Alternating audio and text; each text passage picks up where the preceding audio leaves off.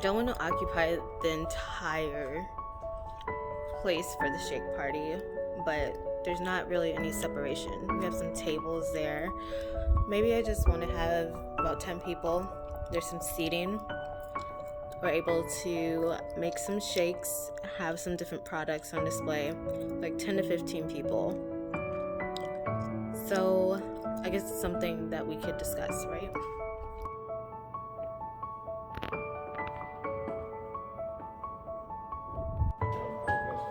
You too.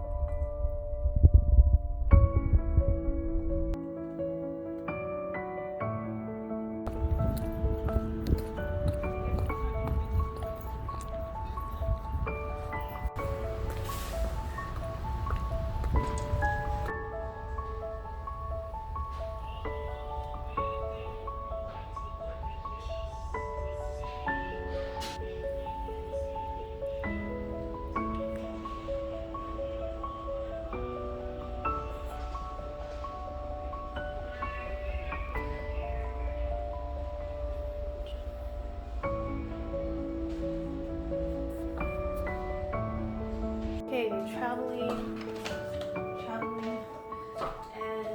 we have our teas, and then we have our beverage enhancers here. So what we could do is make a mix, have samples ready to pour, and then if we want to have the cups without lids, like just have them do a self-serve pour. We can just stack the cups up, maybe have those available for them to taste as needed or wanted. Depending on the event, they might have, because it'll be water. It'll just be used water. You have bottled water, or depending on the event location, they might have water sources available. And depending on the situation, so for event purposes, they might go around and do permits. So that's all a part of the vendor information. So that's something to consider when going out to events. You might be able to make the beverages there, make it in a gallon, have it for them to self-serve, or we can serve it to them. We can just an example here. Have the cups stacked up for them available.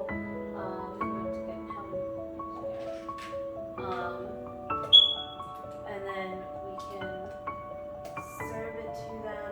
Maybe some gloves if wanted to pour, and then they can taste that, and then they can let us know what it's like, or they can look through the catalog and go through any information. But the vendor, each event will have the whole package of what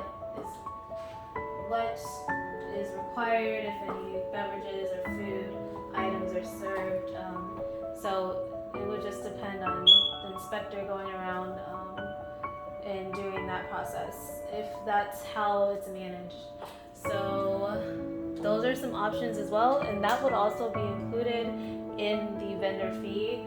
So any meetings that anyone goes to, that should all be discussed. So that's all part of the event planning process.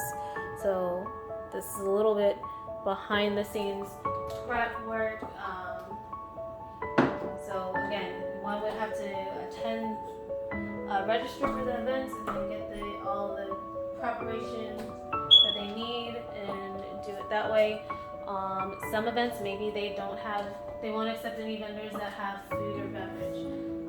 So in regards to ready to serve. So knowing that, we would just provide products, and then maybe not have those samples, but maybe have some snack bars that are already done.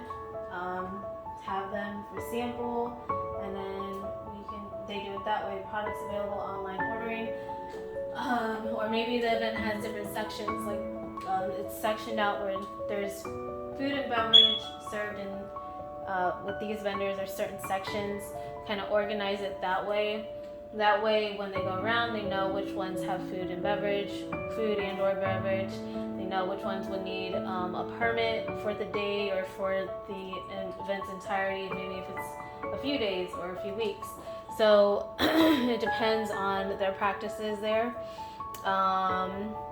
Some of them might have them all spread out, so any kind of inspector, which isn't really, they're just giving them permission to serve the food and beverage for the day, kind of see if they have any water access, anything like that needed, that they have a water source to hook up to, and then if not, there's a lot of water, but everyone has their different regulations and requirements depending on also location and practices.